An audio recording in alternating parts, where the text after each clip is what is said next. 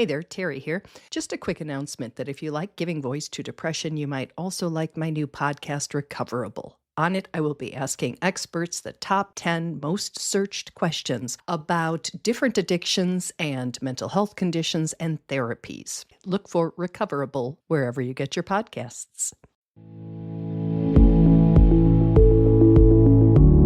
Hello and welcome to the Giving Voice to Depression podcast, brought to you by Recovery.com, the best place to find mental health and addiction treatment for anyone, anywhere. Each week, we profile a guest who shares openly about their mental health journey. They share because they understand that when people don't talk about their depression or other mental health conditions, those of us who do struggle with them can feel like we're the only ones, that there's something wrong with us, and that no one understands. We understand. I'm Terry McGuire, the creator and co-host of this podcast. You have my promise that we'll keep it real here. Depression is real, and we're not going to sugarcoat our discussions about it. Hope is also real, and you'll get a dose of that here too. I'm Carly McCullough, a licensed social worker and educator, and Terry's daughter. We've both experienced depression and also support loved ones struggling with it. We're here to normalize talking about depression and mental health in our communities, as well as our families. And to share real-world tested strategies that have worked for other people who have walked similar paths. Thanks for joining us. Hi, Carly. Hi, Mom. We're going to start this episode with 3 quotes. And if you relate to them, you're going to want to stick around to hear today's guest. First, quote, "Depression is not always a chemical imbalance. Sometimes it is a logical response to an environment that lacks connection, purpose, and security." That's from Dr. Nicole LePera. Philosopher Jiddu Krishnamurti writes that it is no measure of health to be well-adjusted to a profoundly sick society. And from our favorite philosopher, Unknown, "The weight of the world is too much for one person to carry, and it is okay to feel crushed by it sometimes. That is not weakness, it is humanity." We chose those quotations because we know we're not the only ones who need reminders that it is common and perfectly normal not to be okay in times that are very far from okay. For those of us already managing depression or anxiety, all the external chaos can make internal struggle feel nearly impossible. That's why we wanted to talk with today's guest, Dr. Jeffrey Rubin.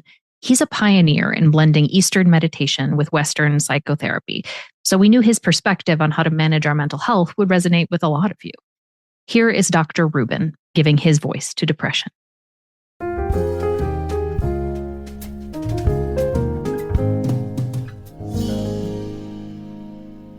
So let's start, if you will, with telling us what you have learned in your decades of experience about depression that you think would help someone listening to a depression podcast who maybe doesn't really understand their own experience or is trying to support somebody else.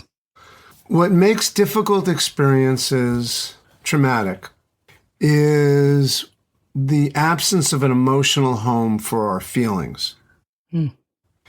So if we reverse engineer that, when we provide a home for our feelings and provide a home for other people's feelings, it's a game changer. So whether it's depression, anxiety, anger, fear, there are emotions that are begging for us to give them space and to really understand them. I'm very curious how we make a home for feelings that it's real easy to put them into good and bad categories. The ones we don't mind experiencing and the ones we really prefer not to. Look, it's hardest with the ones we're ashamed about. It just is. When I teach people meditation, I'll say, feel the sensation in your body, feel the feeling, open to it, come to it with kind-hearted attention, and let it wash over you. And what I'm really doing is saying, well, I might start with sound first, something like external sound. Just listen to sound outside. The birds, cars, TV, ambient noise from another room if a partner or a child's watching TV or listening to the radio or something. So we listen to the sound and we approach it with kind-hearted attention. And it's really the same spirit that we need to approach these feelings. But when they're difficult feelings, we feel like it's some foreign thing that's very different, but it's the same thing. Mm-hmm. It's like listening to sound or anything else. And the second thing is, there's a line in the Talmud that says, a dream unanalyzed is like a letter unopened.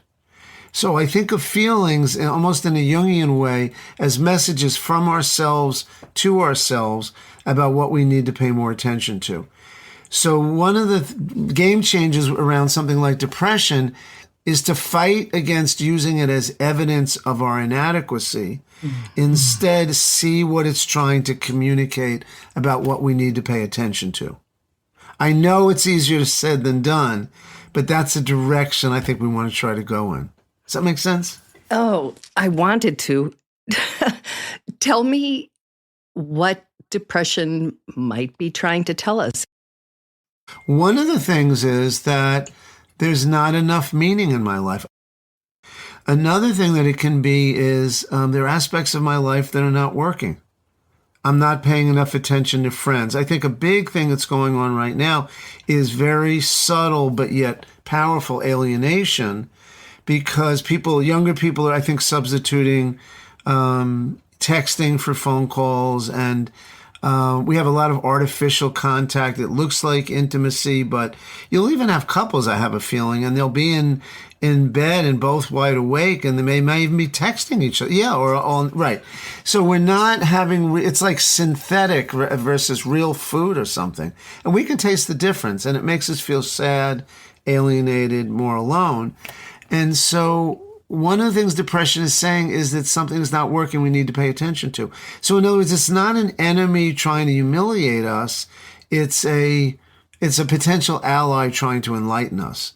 If we can make that shift, and again, I know it's easier said than done, it's a game changer. It's different. Tell me how it would make a difference, because it sounds wonderful and impossible. Well, you would see it as you trying to help yourself rather than you being a vicious lawyer trying to cross-examine you and humiliate you. So imagine a lawyer on your side versus a lawyer on the other side. And when we open to our feelings and ask what they can teach us, it's more like we have some self-protection and there's something that could come out of this that's useful. It's like, what are you trying to say? You're trying to say something valuable. I want to try to hear it. So if my depression is telling me, and it often has, that I am a burden, that I am worthless, that I'm always going to feel this way, what's the lesson that might be hiding in that? Well, let's go even slower. So the thing I realized a few years ago was that there are three aspects of feelings that we don't think about. Number one, we think they'll never end. So you had neck pain before our meeting, and then you said, oh, there's the migraine again. And if I could convince you, you know what, this thing that's going on with you, this process moving through you, it's not going to always be there. In fact, it's never there for you the next morning, right? Right. Right away, that changes your relationship to it, which shows me that one of the secret things that goes on when we have emotions is we think, number one, it will never end.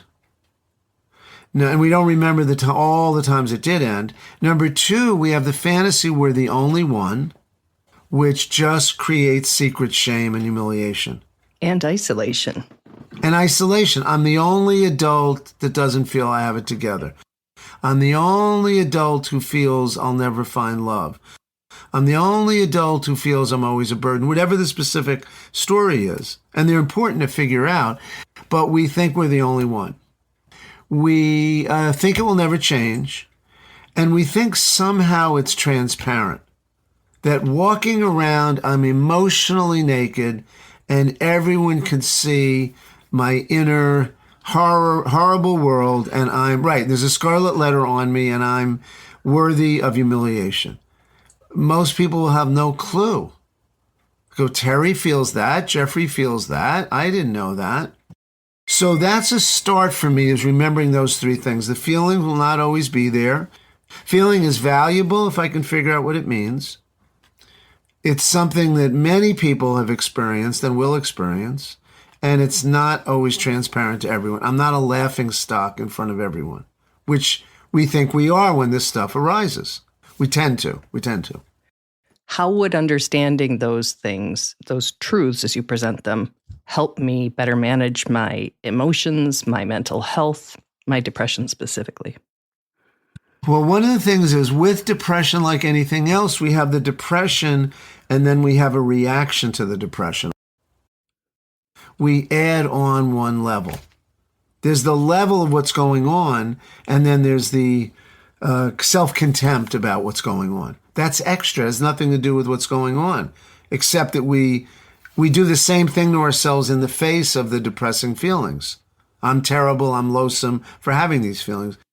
No, you actually need compassion and patience because you're going through a rough patch. You may be going through a dark night of the soul, and we need to be kinder and gentler, not, oh my God, there you are again, which is what we tend to do. I think that would be challenging in the best of times, and I do not think we are currently living in the best of times. I think it is really difficult to feel settled, to feel regulated, whether or not your depression is heightened, when there's so much everything coming at us. How do we stay centered? How do we take care of ourselves and protect ourselves when we are barraged with really, intense news? Things are worse than we believe, and there's more hope than we know. I believe that very, very, totally deeply. Things are worse than we believe. If we were privy to meetings and the inner workings, we would be more horrified. Things are worse than we believe, comma, and there's more hope than we know. That's true too. Another thing is, I think we have to seek out places of hope where we can. There are places of light and hope. And it could be friends we get together to bemoan what's going on. And we cook meals together, or we read books together, or whatever it is. We serve others that are doing worse than we are, that in food kitchen, and need food and this and that. So we look for hope. We try to nourish hope. We look honestly at what's going on. We don't have our head in the sand, but we also titrate our involvement. I'm very careful of my involvement in the news. I don't think people protect themselves enough. And so we have to have, I think, practices of self-care that work for us. And many people out there, many people in your audience have some that have worked before. One thing you can do is say, what has worked in the past? And then actually, this was a game changer for me. Build it into your life, not fit it in. Build it in means it's unquestioned. It's like our meeting today. We both knew it didn't matter what came up. We have this scheduled. We have to do that with the things that nurture us, and we often don't.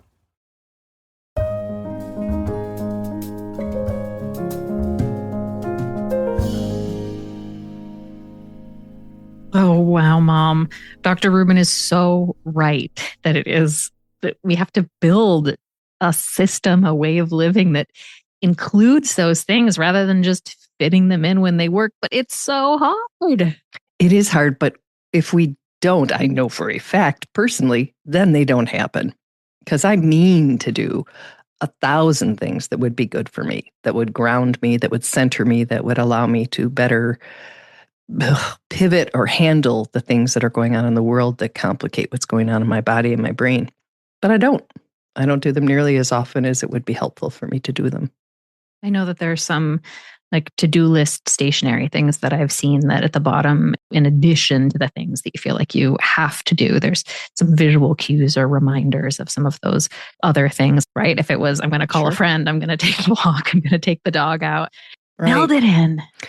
I took to heart his build it in. And what I've been doing is I make cold brew coffee. Not that anybody needs to know that, but I heat it for a minute 45. Minute 45 is long enough to do a breathing exercise. Mm-hmm. And I'm standing there every single morning. I'm standing there while it heats up. Now, while it heats up, I do these very intentional breathing exercises. And I think, I did it, Dr. Rubin. And then I have my coffee. It's those types of things. It's those type of wins. Also, just really want to lift up one of the things that Dr. Rubin is sharing. He said, I don't think people protect themselves enough. And so there's also some things that we need to stop doing, not just start. And especially when I'm feeling maxed out or when I'm going in to support a person or a company or a school or something like that, very often the instinct is like more is more, right? Like do more. And part of what he's saying is like, we have to find ways of protecting our energy and actually creating a boundary so that we are not just always giving too much. And that we have to be deliberate about the things that we let in, that we listen to, we do those things. And I was think reminded. of it as something we consume. We're consuming it. Yeah, we watch what we eat. We watch what we drink, or would be healthier if we did. And it's the same thing with information and how you choose to consume it. Yeah, that's interesting, that verb to consume. Yeah, it is. It's all those things. And we're asking our bodies to process it, and our minds and our spirits, and it's too much. And we know that. He used the word to titrate. And I think that that's helpful, right? It's not that we're blocking, but we're creating some form of a screen that it has to pass through so that it all doesn't get there. We got to titrate. We got to sort of squeeze it in. And my conversation with my friend and mentor reminded me of some other advice that I was given around when I arrive somewhere to just pause after I turn off the car and use that moment before I get out of the car or before I turn back on the car to also just sort of like breathe, have a drink of water, just really like be in my body and release whatever the negative energy I have that I could be carrying in with me, or whatever negative energy I picked up that I need to be leaving behind. There's some people who, when they walk through a doorway, will do it or whatever, but how do we create those little patterns or habits? And I think that those moments can be how we start to build it in as practices, because otherwise it feels like asking folks to do more or extra. And in these times, that just feels like more. I can't do extra. But when you're talking about take a breath before you get out of the car, and then once you close the door to get back in the car, you take a breath. I can do that. I can do that. And that doesn't feel like too much. And we're not oversimplifying anything. It's not saying that, and it's very difficult to not get political in these kind of discussions, but it's not to say that the things going on in the world can be remedied in any way by taking a breath in your car. We're just talking about how we can ground and manage ourselves. And the rest of it is sort of a separate conversation. But in the midst of it all, but we have to be okay as we're able to be. And those things, small as they may seem, can help. Yeah, we're talking about survival and we're talking about coping. And do many of us wish for a world in which fewer people were operating in survival mode? Yeah. And that people would need to cope less, be less resilient? Yeah, absolutely. And in the midst of that, there are ways that we can be more compassionate or tender or loving to ourselves. And that if more people took a deep breath, that would make a difference. Some of the situations we're in is that we're responding out of a place of crisis, of not grounding, of not being connected to things. And so it's a both and for sure. Yeah. And the breath gives us the pause, short as it may be, to respond and not react. And that is the best we can do right now for many of us. Yeah. One of the other things I just want to lift up from this part of the conversation with Dr. Rubin, and then I look forward to hearing more of the breathing exercises and other strategies in our next episode, is that one of the things that he shared that is that depression gives us the fantasy that we're the only one. I wouldn't say the fantasy. I would say it gives us the certainty. We really believe it. Yes, but it is a fantasy. It is a right. fantasy. So it is a not real thing that we're being told that feels very true, but a distorted sense that we are the only ones. And when you say being told, it's by the depression to ourselves in our own voice. Yeah. Which we have kind of been conditioned to believe, and you have to sort of ask yourself, is this me? Is this my intuition? Or is this my depression? Yeah. And I know that people like experience their inner thoughts differently. Some people have a sort of constant your own voice in your head, and some people don't. And I think that that's interesting. But definitely depression sort of plants this seed and sends this message in words and also just sensations that you're alone. And the feeling might be of isolation might be somatic for some people rather than actually sort of hearing in your own mind, like a whisper of that. Or a shout. Or a shout. Yeah. I laugh because that's familiar. There are times the volume goes way up. Way up. So he says that that's one of the fantasies. He also says that it tells us that the feeling will never end. Mm-hmm. And that is so hard for me to talk myself out of. Mm-hmm. It just feels so true, like capital T, true, that this feeling is never going to end. And when I start to feel the volume of my depression turn down, mine does, I can start to hear something that's actually more true, which is also more rooted in sort of Eastern philosophy, which is that the feeling is visiting me, that emotions visit us and then they leave. Mm-hmm. And as Dr. Rubin says, they're indicating things I need to pay more attention to. And so I was introduced to this poem by Rumi, and I think it really encapsulates a lot of the wisdom that was shared here. So I just want to read it very briefly. Yeah, let's hear it. It's called The Guest House. This being human is a guest house. Every morning, a new arrival. A joy, a depression, a meanness. Some momentary awareness comes as an unexpected visitor. Welcome and entertain them all. Even if they're a crowd of sorrows who violently sweep your home empty of its furniture, still treat each guest honorably. He may be clearing you out for some new delight. The dark thought, the shame, the malice. Meet them at the door laughing and invite them in. Be grateful for whoever comes, because each has been sent as a guide from beyond. I think it's a lovely poem, and I would have a hell of a time welcoming my depression. Yeah. And so, meeting these things at the door laughing can feel incredibly aspirational a lot of times, but that these feelings come as an unexpected visitor. And the next time you open the door, it might not be that. Right. And that the emotions are trying to tell us something, as Dr. Rubin is saying, that there is something.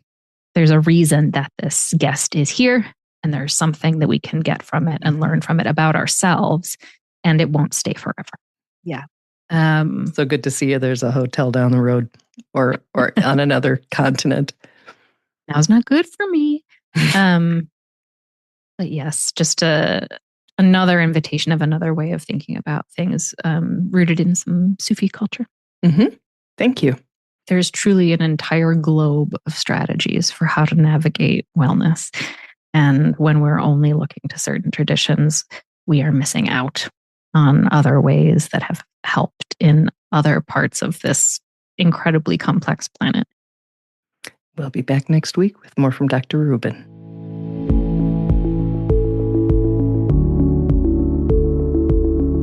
We really hope that this discussion helps give some language or context to your own depression, or ideas for how to support someone else in your life living with it. We invite you to check out the hundreds of episodes in our archive and to explore both the Resource Hub and treatment options on recovery.com. Depression is too dark a road to walk alone. We'll be back next week.